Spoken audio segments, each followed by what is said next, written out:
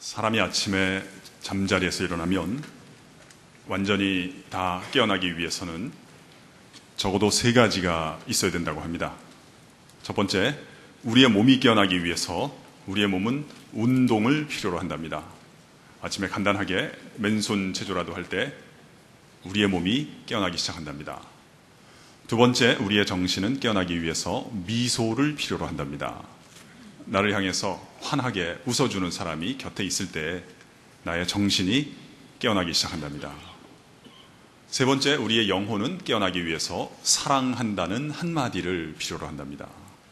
우리의 몸은 운동을, 우리의 정신은 미소를, 그리고 우리의 영혼은 사랑한다는 한마디를 필요로 한다는 것입니다. 이 말은 비록 제가 한 얘기지만 대단히 좋은 이야기입니다. 그런데 제가 학교에서 학생들을 가르치면서 늘 깨닫는 것이 있습니다. 그것은 학생들에게 아무리 좋은 내용을 가르쳐봐야 별 소용이 없다는 것입니다.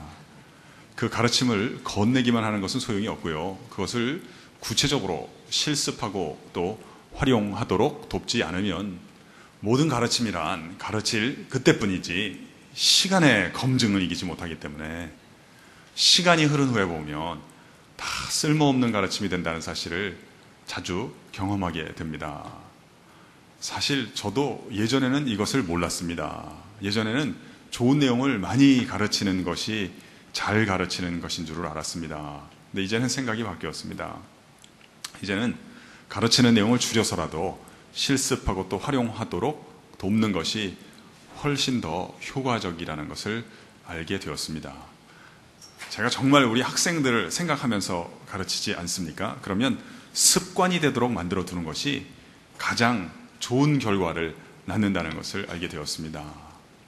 제가 좋아하는 말인데 한번 저를 따라해 보실까요? 습관이 바뀌기 전까지는 아무것도 바뀐 것이 아닙니다. 네, 오늘도 제가 건네드리는 몇 가지 원리들이 여러분에게 나쁜 습관을 제하고 좋은 습관을 심는 계기가 되기를 바라면서 우리 간단하게 한번 실습을 해보겠습니다. 저를 따라해 보실까요? 우리의 몸은 운동을, 우리의 정신은 미소를, 우리의 영혼은 사랑한다는 한마디를. 네, 우리 간단하게 실습해 보겠습니다. 다 같이 기지개 한번 켜보실까요? 내가 닿을 수 있는 가장 높은 하늘까지 한번 쭉 뻗어보시겠어요? 이것을 많이 하시면 키가 큽니다. 쭉 뻗어보시겠어요? 정말입니다. 당대에 안 커지는 분들은 후대라도 반드시 커집니다. 쭉 뻗어보겠습니다. 잘하셨어요. 우리 이렇게도 한번 해볼까요? 오른쪽으로 방향을 틀었어요. 앞에 있는 사람 내가 피로를 풀어준다 하는 마음으로 등을 가볍게 두드려 주도록 하겠습니다. 오른쪽으로 방향을 틀어서 앞에 있는 사람에게 이야기해 줍시다. 당신은 사랑받기 위하여 태어났어요.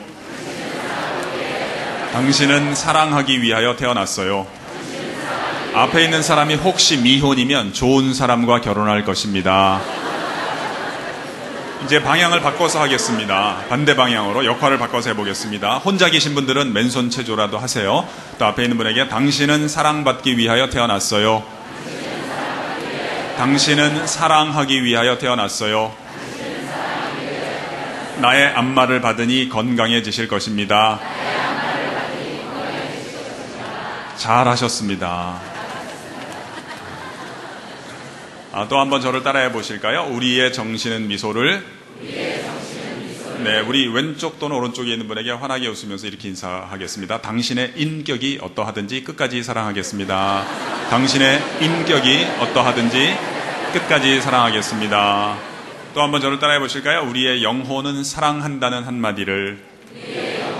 이번에 우리 앞뒤에 있는 분들 인사합시다. 끝까지 사랑합시다. 이렇게 인사하겠습니다. 끝까지 사랑합시다. 잘하셨습니다. 제가 재미있는 얘기 하나 해드릴까요? 제가 예전에 어디 강의 부탁받아서 갔어요. 저는 어디 가서 사실 어떤 소재로 강의를 하든지 이 인사하는 것을 권하거든요. 그럼 여러분들처럼 그냥 하시지 않아요. 근데 제 아내랑 같이 갔는데 제 아내가 이제 자기도 인사하느라 앞에 있는 분에게 이렇게 인사했대요. 당신의 인격이 어떠하든지 끝까지 사랑하겠습니다. 그랬더니 앞에 앉으셨던 분이 뒤돌아보면서 이렇게 얘기하더래요. 이렇게 인사 안 하시고요. 죄송합니다만 그렇게는 못하겠습니다. 자기 그런 말을 들었다고 돌아오는 차에서 저에게 이야기를 해주더라고요. 그래서 제가 웃으면서 그랬어요. 야, 그분 누구신지는 몰라도 솔직하신 분인가 보다. 제가 그 얘기 들었을 때 두 가지 생각이 머리를 스쳤어요. 첫 번째는 이분이 솔직하신 분이구나. 마음에 없는 말은 못하시는 분이구나 하는 생각이 들었고요. 두 번째 들었던 생각은 이분이 사랑의 의미에 대해서 잘 모르시는구나.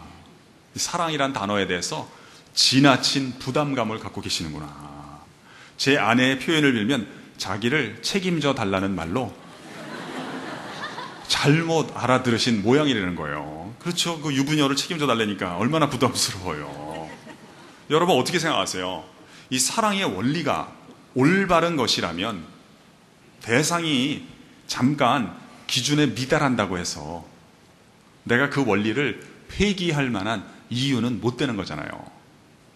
자녀든지 어머님이 시어머님이든지 나는 최선을 다해서 사랑하는데 그 상대방이 조금 내 사랑을 못 받아주시는 거예요. 그럼 이런 생각하는 거예요. 야, 네가 그따위로 나오는데 당신께서 그렇게 하시는데 내가 계속 하겠습니까? 이렇게 생각하는 것이 혹 습관이 되어 있다면 누구의 미래가 손상이 되겠어요. 그 좋은 습관 또는 성향이 아니라고 생각을 해요. 그래서 오늘 제가 예수를 믿으면 무엇이 좋은가 이렇게 제목을 붙였는데요. 이게 이제 일상적인 삶의 경험에서 나온 얘기예요. 저는 학교에서 학생들과 이야기를 많이 하는 편이에요. 여러 가지 이제 질문을 하는데 우리 학생들이요. 그 중에 하나가 제가 받은 질문이에요. 교수님, 왜 그러냐? 그 예수 믿으면 뭐가 좋아요? 이런 질문을 받거든요. 여러분께서도 혹시 그런 질문을 하시는 분 계실까봐 하셨다고 생각하고 제가 학생들에게 건네주는 답변을 여러분에게도 옮겨드리도록 하겠어요. 예수님을 믿으면 무엇이 좋으냐? 예수님을 믿으면 내가 나의 진정한 모습을 회복하게 되고 내가 나를 건강하게 사랑하는 사람이 된다. 제가 하는 대답이 몇 가지인데 그 중에 하나가 이런 대답을 해요. 다시 한번 말씀을 드릴게요. 예수님을 믿으면 내가 나의 진정한 모습을 회복하게 되고 내가 나를 더 이상 미워하지 않고요. 내가 나를 건강하게 사랑하는 사람이 된다는 것이에요. 제가 예를 들어서 설명을 드리겠습니다. 한번 저를 따라해 보실까요? 예를 들면.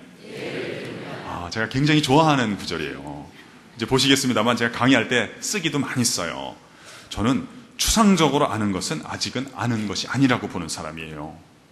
안다고 하는 것은 무엇인가 봤더니 내가 구체적인 신뢰들을 많이 확보하고 있다는 것을 의미하는 것이죠. 예를 들면 저는 여자대학에 있지 않아요. 우리 학생들은 여학생들이라서 그렇겠죠. 그렇게 결혼하는 데 관심이 많은 거예요. 하여튼 결혼 얘기만 나오면 그렇게 좋아하는 거예요. 한 번밖에 안 할 건데 또 하여튼 결혼에 대해서 그렇게 좋아하는 거예요. 근데 반면에 어떤 학생들이 이렇게 생각하는 거예요. 자기가 못생겨서 나는 결혼도 못한다. 이렇게 생각하는 학생들이 간혹 있어요. 그래서 제가 그렇게 생각하지 말라 그래요. 그 혹시 앞부분은 맞는 이야기일 수 있지만 뒷부분은 틀린 이야기다. 못생겼다 그래서 결혼 못하는 거 아니다. 걱정하지 말아라. 솔직히 너희 집에 가서 너희 어머니나 아버지를 보거라. 너희 어머 아빠가 다 그 얼굴 갖고 결혼하지 않았냐. 걱정하지 좀 말아라. 솔직히 니네 엄마가 그 모양이니까 너를 그 모양으로 낳아놓은 거 아니냐. 그 모양은 귀한 모양이다. 너희 어머니도 그 모양 갖고 결혼하셨다. 너도 결혼할 수 있다. 근데 어떤 학생들은 자기 얼굴 모양을 그렇게 미워하는 거예요. 탤런트나 자기 좋아하는 가수 얼굴 모양만 부러워하는 거예요. 어떤 학생은 심지어 조치까지 취하는 학생들도 있어요. 근데 그렇게 하지 말아라. 그 모양이 귀한 모양이다. 그리고 여러분 그런 거 아시죠? 대체로 한 가지를 미워하는 분들은 그분의 배후에 가보면, 그러니까 그분의 의식의 지하실을 우리가 조사를 해보면 이런 뜻이에요. 10가지 이상을 증오하고 있는 거예요. 얼굴 모양만 미워하는 게 아니거든요.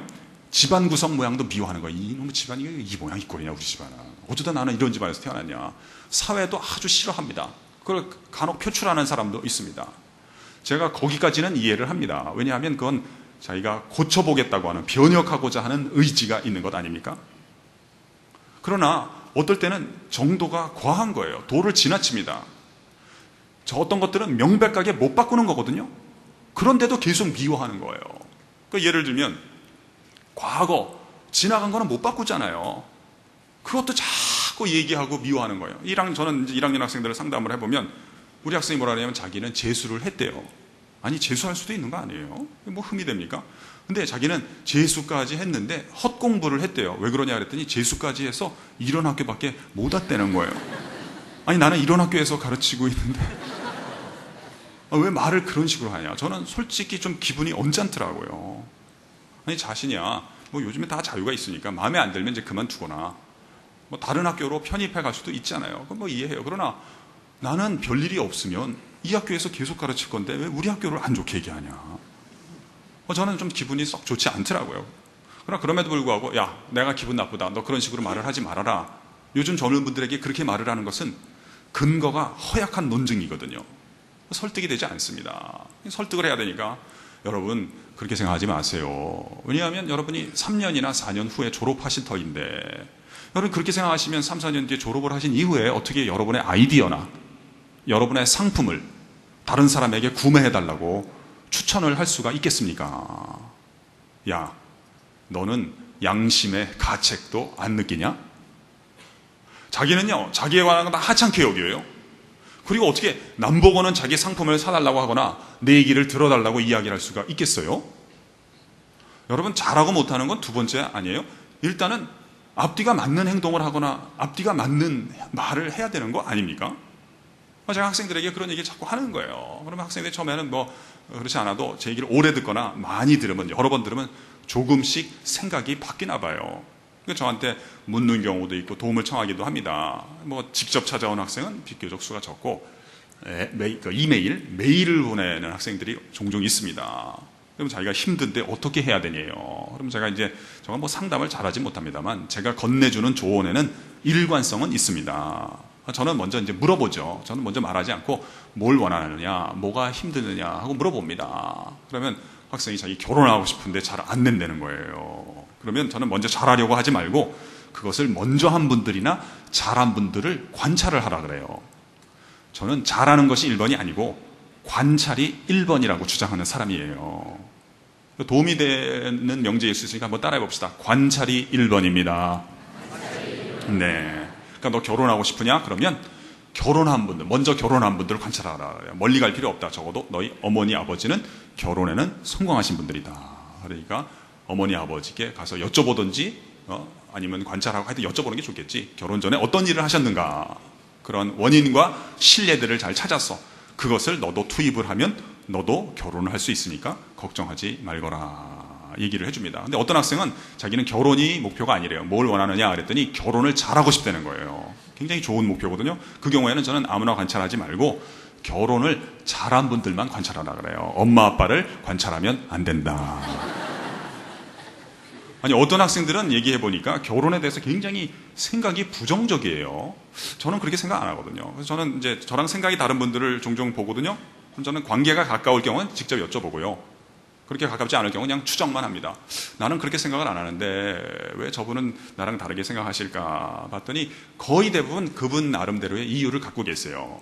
그 학생 같은 경우는 보니까 결혼한 사람이라고는요 자기 어머니나 아버지밖에 모르는 거예요. 기껏해야 삼촌이나 숙모 정도밖에 모르더라고요. 결혼하면은 다 그렇게 사는 줄 아는 거예요. 그래서 아니다. 결혼 생활 멋있게 하고 잘 사는 사람도 있거든. 여러분 수은 중독, 중금속 중독만 있는 게 아니잖아요.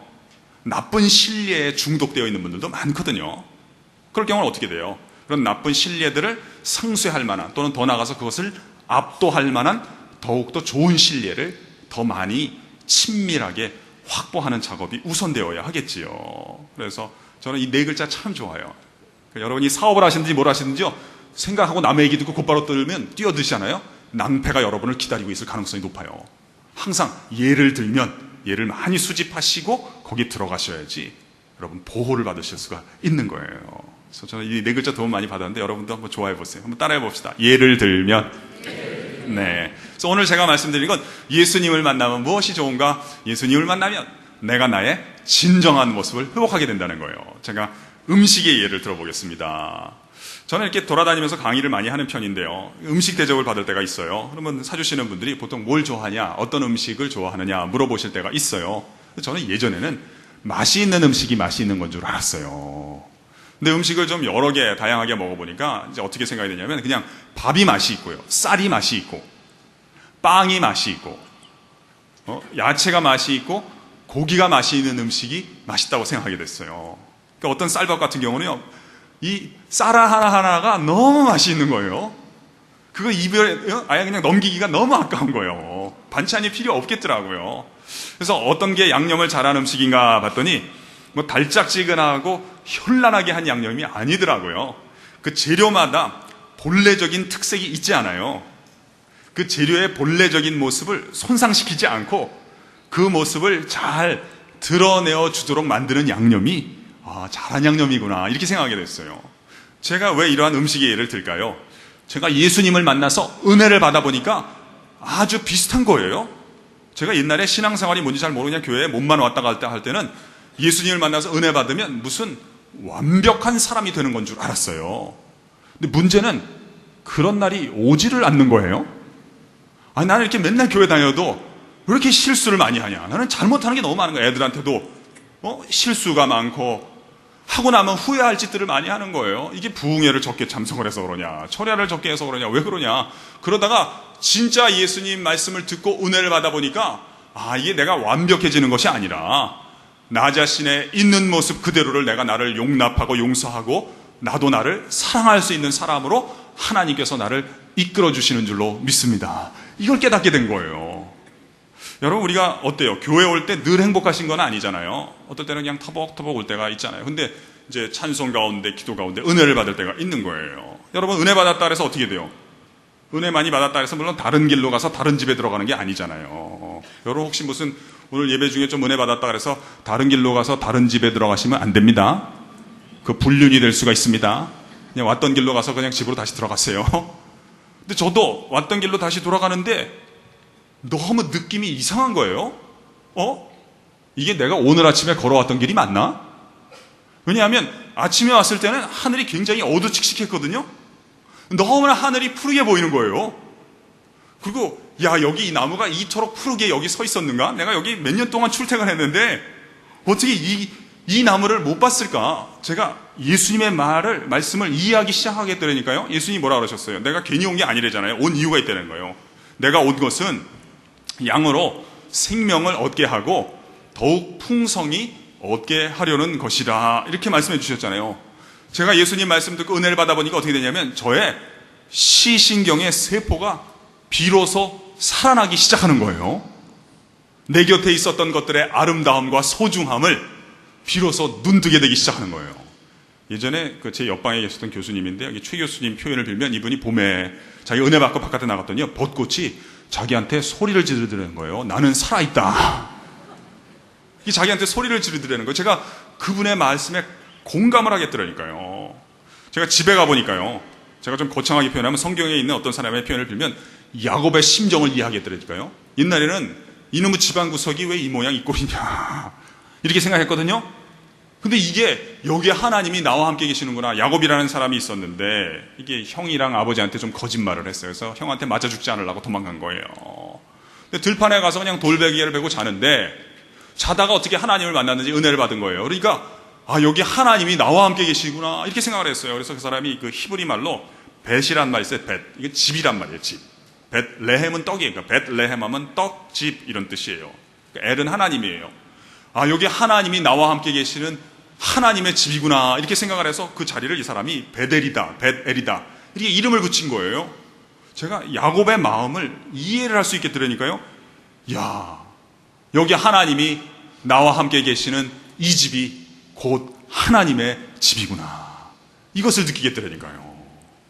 제가 음식의 예를 한번 더 들어보겠어요. 여러분 혹시 게장 좋아하세요? 간장게장? 저는 원래 사실 간장게장을 별로 좋아하지 않았어요. 저는 보니까 음식이 너무 맵거나 짠 게 저한테 잘 안 맞나 봐요. 근데 어느 모임에 가서 강의를 하는데 밥 먹으러 가는데 보니까 게장을 먹으러 가는 거예요. 그래서 내가 그거 먹어봤더니 짜기만 하고 맛도 없습디다 라는 말을 할 수가 없어서 그냥 쫓아갔어요.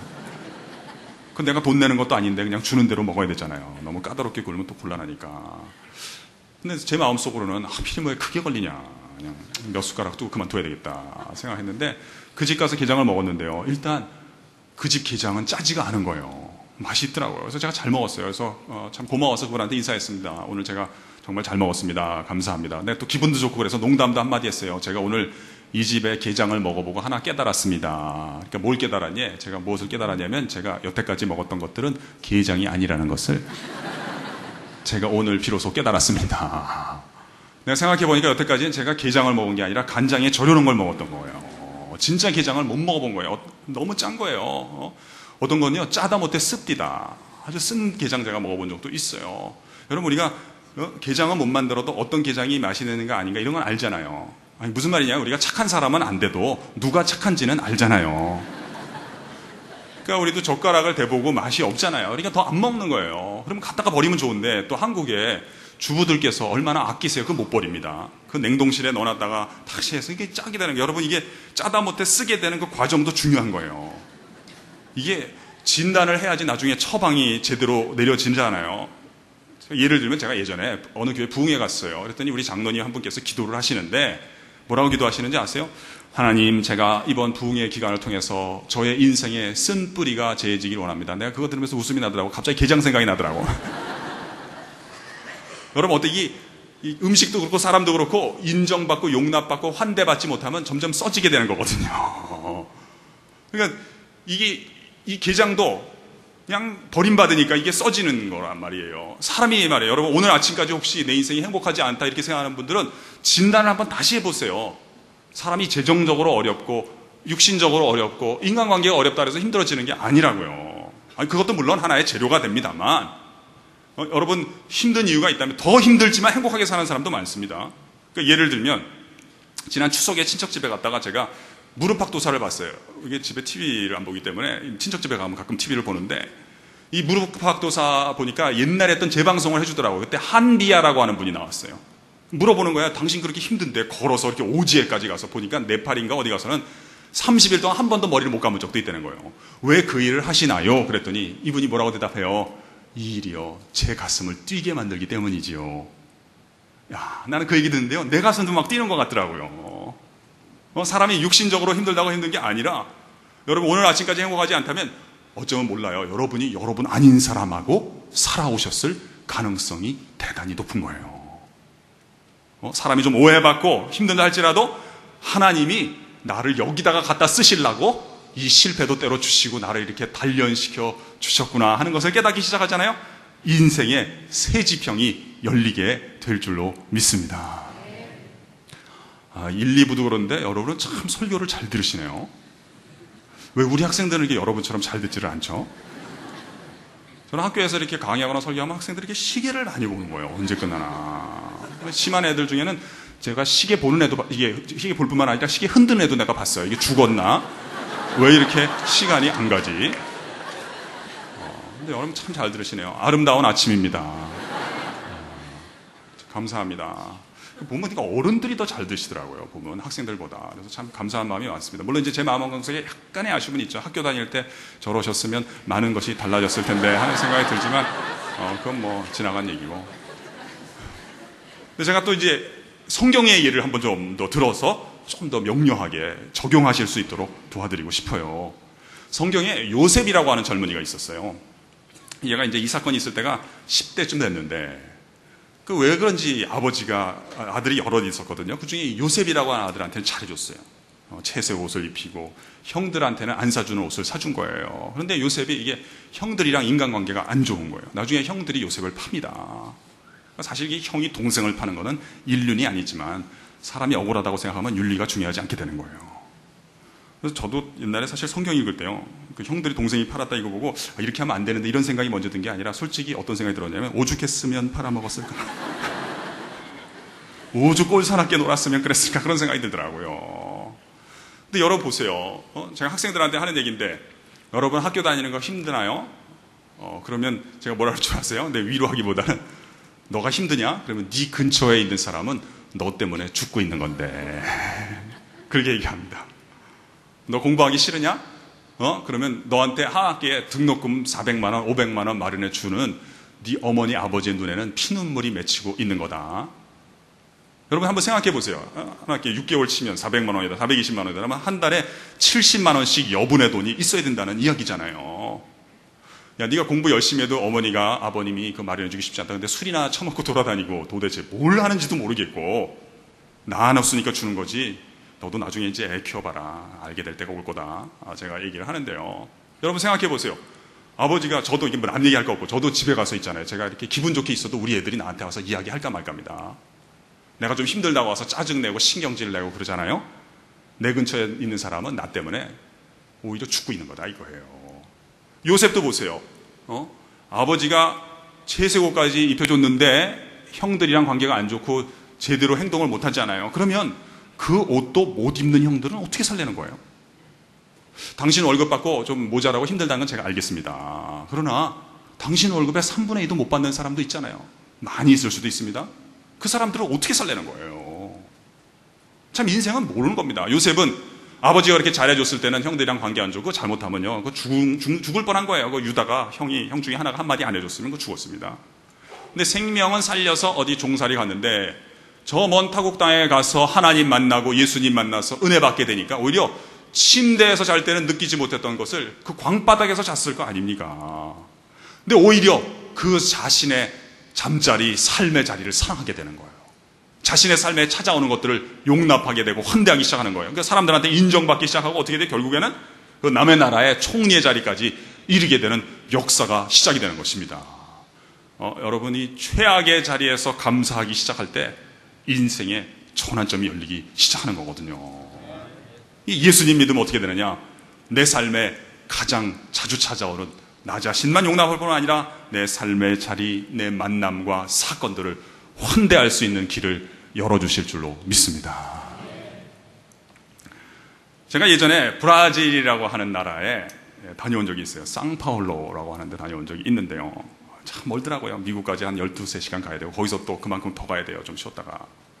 근데 그 교회에서 가급적 좀 며칠 일찍 오라가는 거예요. 그래서 한 사흘 정도 일찍 갔는데요. 여기서 이제 호텔의 여정을 풀게 해주시고, 그 다음에 비행기표를 주시더니 이과수 폭포라고 하는데 가서 좀 쉬고 오라는 거예요. 그 비용 걱정을 할 필요는 없다 그러더라고요. 그래서 관계되는 분이 다 비용 처리하니까 일단 가서 좀 쉬고 와서 집회를 해달라. 그래서 제가 구경을 잘 하고 왔어요. 근데 거기 갔더니 그 김형섭 사장이라고 여행사 사장님인데요. 그분이 첫날만 잠깐 직원을 보내고요. 바쁠 텐데 그때가 2월이었어요. 그러니까 우리로선 겨울이지만 그곳에서는 여름입니다. 그러니까 성수기지요. 첫째 날 저녁부터 저를 이제 일식집에서 밥을 잘 사주고 계속 이 사장님이 저 한 사람만 가이드를 해주는 거예요. 그래서 뭐라 그러시냐면 거기랑 이 상파울루랑 비행기로 한 1시간 남짓 거리인데요. 자기가 부흥회를 좀 참석을 하고 싶은데 사업 때문에 시간이 안 된다는 거예요. 그러니까 자기가 나를 개인적으로 가이드를 해줄 테니까 돌아다니면서 집회 때 할 이야기들을 자기한테 좀 해달라는 거예요. 그래서 내가 특이한 분을 따봤어요. 그래서 제가 하여튼 대접도 잘 받고 저는 이제 중간에 돌아다니면서 집회 때 할 얘기를 그분에게 말씀을 드렸어요. 그런데 제가 사실 그분 좀 궁금했어요. 왜냐하면 상파울로에 있을 때부터 사람들이 이구동성으로 또 그분을 이렇게 칭찬을 많이 하는 거예요. 이분은 정말 예수님을 믿고 변화된 분이라는 거예요. 저는 이제 좋은 얘기 들으면 당사자한테 옮겨주는 걸 잘하는 편이거든요. 그래서 내가 상파울로에서부터 교역자들도 그러고 다른 분들이 당신 칭찬을 이렇게 많이 합디다. 그랬더니 이분이 하나님의 은혜라는 거예요. 자기는 원래 사실은 사업하다가 개막나이처럼 살았는데 폭삭 망했고 백혈병에 걸려서 죽을 뻔했는데 기적적으로 살았다는 거예요. 그래서 하나님의 은혜입니다. 얘기를 많이 해주시더라고요. 근데 마지막 날 이제 저를 비행기에 배웅을 하는데 밥을 사주면서 농담을 이분이 한마디 하는 거예요. 다 예수 믿고 좋아졌다 그래서 참 감사한데 어떨 때는 집에 가다가 이런 생각이 갑자기 들더라는 거예요. 옛날에는 내가 오죽 나쁜 놈이었으면 다 그렇게 예수 믿고 좋아졌다 그럴까. 내가 진짜 그렇게 나쁜 놈이었냐. 그런 생각이 들어서 집에 가서 애들 엄마한테 물어봤대요. 그 집에 아들만 넷인지입니다. 여보, 내가 옛날에 진짜 그렇게 나쁜 놈이었냐. 그랬더니 애들 엄마가 이렇게 얘기하더라는 거예요. 여보, 당신 예수님 믿고 진짜 좋아졌어요? 그런데 그 다음 문장이 너무 인상적이었어요. 애 엄마가 이렇게 얘기하더라는 거예요. 여보, 당신 본래 좋으셨는데요. 예수님 믿고 당신의 본래적인 모습을 회복하신 거예요. 내가 인사하고 비행기 탔거든요. 이 문장이 한동안 잊혀지지가 않는 거예요. 근데 지금도 종종 생각납니다. 여보, 당신 본래 좋으셨어요. 근데 한동안 그 본래적인 모습을 잃어버리셨는데요. 당신 예수님 믿으시고 그 본래적인 모습을 회복하신 거예요. 여러분, 저를 따라서 이렇게 한번 생각해 보실래요? 지금 여러분의 모습은 여러분의 진정한 모습이 혹 아닐 수도 있어요. 그러니까 어제 오늘 보였던 모습들 있잖아요. 사람이 인정받지 못하고 거절당하고 환대받지 못한 게 쌓이잖아요. 이게 흔적을 남기고요. 또 과거와 실패가 내 의식에 어떤 영향을 미칩니다. 나의 지금 모습. 이게 일상적인 실리에서 많이 찾을 수 있습니다. 예를 들면, 여러분 식당에 가잖아요. 우리가 가서 주문하고 막 기다리는데 제대로 안 해주잖아요. 사람은 15분 이내에 자기 아닌 사람이 막 돼버립니다. 막 성을 내고요. 출퇴근할 때도 보면, 출근할 때는 비교적 적더만요. 퇴근할 때 보면 차 두 대가 그렇게 길이 막히는데 적당하게 하고 빨리 가지. 계속 두 분이 싸우는 거에서 저는 그냥 갑니다만, 저분들이 댁에 가시면 저런 아버님들이 아니실 수도 있을 텐데, 이런 생각이 드는 거예요. 여러분, 예수님 만나게 되면 어떻게 돼요? 기괴한 사람이 되는 게 아니에요. 하나님 품과 계획 안에 있었던 나의 본래적인 모습이 회복되는 역사가 시작될 줄로 믿습니다. 이 기독교는요, 죄에 대해서 얘기하는데 그게 나쁘게 얘기했다는 게 아니라 당신 잘못이 아니라는 거예요. 하나님이 당신에 대해서 문제를 느끼는 게 아니라는 거예요. 그 흠을 제거하게 되면 하나님이 당신의 모습을 회복해 주시고 당신의 모습을 써주셔서 귀하게 이끌어 주신다 하는 것을 뜻하는 것입니다. 제가 이 얘기를 통해서 마무리하기 원하는데, 지난 여름에 이제 저는 청년들에게 강의를 많이 하는 편이에요. 수련회에 가서 특강을 하고 그러는데, 저는 사실 이렇게 강의만 하는 게 좋아하는 게 아니라 끝난 다음에 시간이 있으면 질의응답 받는 걸 굉장히 좋아하거든요. 이 시간만 되면 이거 하면 좋은데 한번 따라해 봅시다. 질문 중심의 학습. 네. 그래서 저는 보통 한 4, 50분 강의하고 한 15분 정도 질의응답을 하는데요. 우리 학생 하나가, 그 청년이 저한테 질문하는 거, 교수님 왜 그러냐, 교수님은 언제 행복하냐는 거예요. 그 예수 믿고 행복한 건 빼고 얘기를 하려는 거예요. 그래서 또 그건 왜 빼야 되는지 모르겠지만 하여튼 빼라니까. 그래서 제가 언제 행복한가 봤더니, 저는 이렇게 잘 때 있잖아요. 밤에 잠을 잘 자는 게 행복한 거예요. 이게 저한테는 나름대로의 역사가 있는 거예요. 저는 원래는 사실 신학할 생각 전혀 없었어요. 어떻게 하다가 그냥 이렇게 됐어요. 원래는 그 교회 일주일에 4-5번씩 나가는 분들이나 신학을 하는 줄 알았지, 저는 목사가 될 생각 해본 적도 없고, 심지어 저는 목사가 안 될 생각도 내가 해본 적이 없습니다. 저랑은 아무 관계가 없는 건 줄 알았는데, 그렇게 됐는데, 그 중간에 제가 뭐가 있었냐면, 염세적인 때가 있었어요. 대학생 때, 제가 제일 싫어했던 소리가 시계 초침 소리였어요. 밤에 눈을 감으면 저 소리가 너무 크게 들리는 거예요.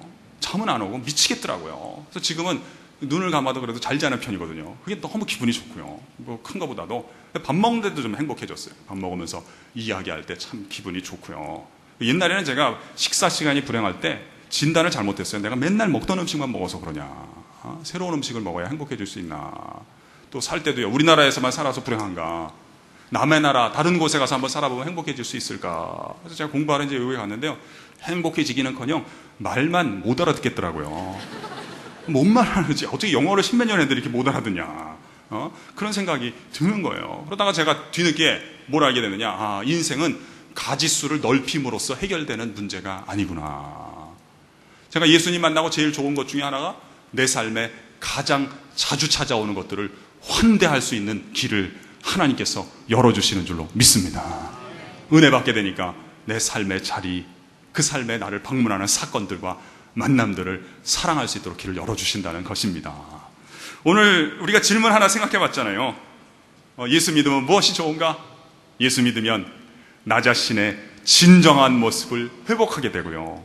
내가 나를 더 이상 미워하지 않고 나를 건강하게 사랑하는 사람으로 하나님께서 이끌어 주실 줄로 믿습니다. 기도하겠습니다. 여러분, 이 시간 혹시 교회 처음 나오신 분들도 계실 것입니다. 저는 교회 처음 나와서 누가 오라 그래서 와서 하나님도 모르고 예수님도 모르고 성경도 모릅니다. 괜찮습니다. 그러나 내가 나를 사랑하지 못했고 때로 나를 자학하고 학대하였습니다. 나도 나의 진정한 모습을 발견하고 싶고 나도 나를 건강하게 사랑하는 사람이 되고 싶습니다. 혹시 이렇게 생각이 드신 분이 있으면 제가 크게는 못 도와드려도 여러분을 위해서 이 시간 잠시 기도해 드릴 수는 있겠습니다. 혹시 그렇게 생각하시는 분 계시다면 가슴에다 손을 얹으시면 제가 그분을 위해서 기도해 드리고 싶습니다. 내가 나를 미워했고 나를 학대했는데 내가 나를 건강하게 사랑하는 사람 되고 싶고 나도 나의 진정한 모습을 발견하고 싶습니다 하시는 분 있으면 가슴에 손을 대시면 제가 당신을 위해서 기도해 드리고 싶습니다. 여러분, 이것은 부끄러운 것이 아닙니다. 인생은 도움이 주어질 때 도움을 받는 능력이 있어야 성공하는 겁니다. 제가 여러분을 위해서 이 시간 기도해 드리고 싶습니다. 제가 여러분을 위해서 기도해 드리기 전에 여러분 제 기도를 한번 따라해 보시겠어요? 우리 혹시 데리고 오신 분, 함께 모시고 오신 분이 있다면 도와주시는 이에서 같이 따라 하셔도 좋습니다.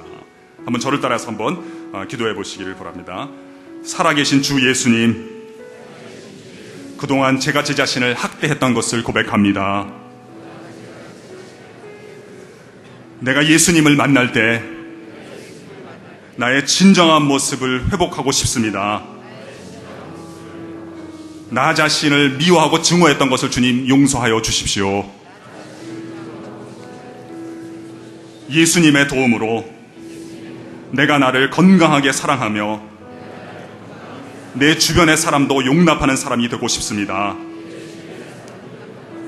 살아계신 주 예수님, 지금 내 마음속에 들어와 주십시오. 지금부터 영원까지 내 구주가 되어 주십시오. 예수님의 이름으로 기도합니다.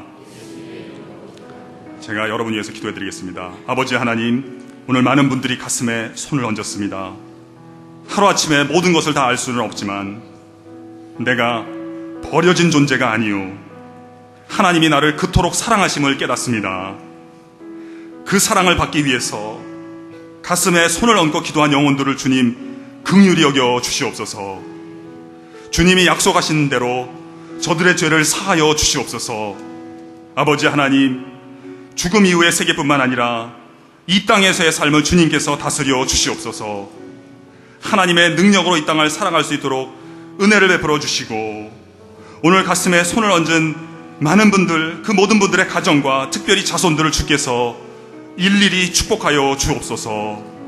하나님의 능력으로 살아가는 개인과 가정과 자녀들이 될 수 있도록 주님께서 이끌어 주시옵소서. 예수님의 귀하신 이름으로 기도드립니다.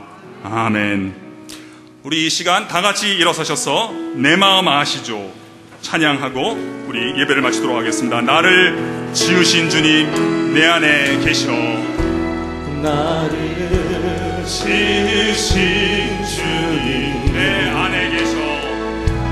내 안에 계셔.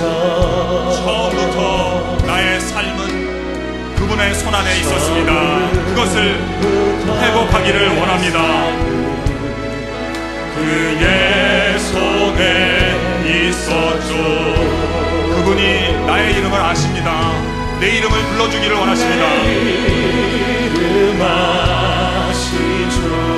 내 모든 생각도, 내 모든 생각도, 여러분이 흘렸던 눈물에 대해서 하나님께서 그 눈물을 닦아주기를 원하십니다.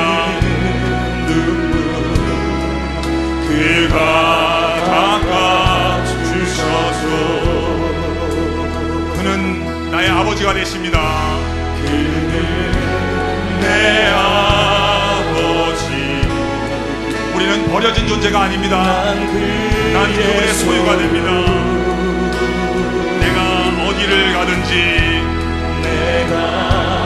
어딜 가든지 날 떠나지 않죠. 내 이름 아시죠 하나님? 내 이름 아시죠. 내 모든 생각도, 아버지 아바라 부를 때 그가 들어주시고 품어주십니다. 한 번 더 하겠습니다. 나를 지으신 주님, 나를 지으신 주님 내 안에 계시오. 내 안에 계셔.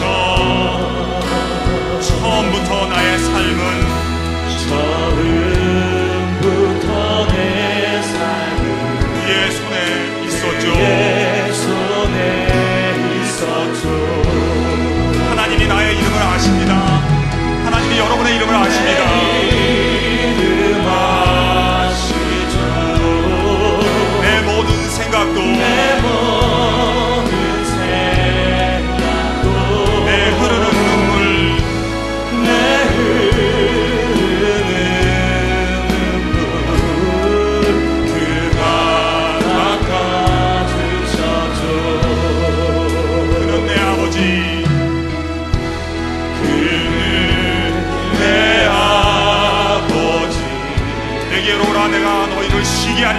주십니다. 그의 소유 우리는 버려진 존재가 아닙니다.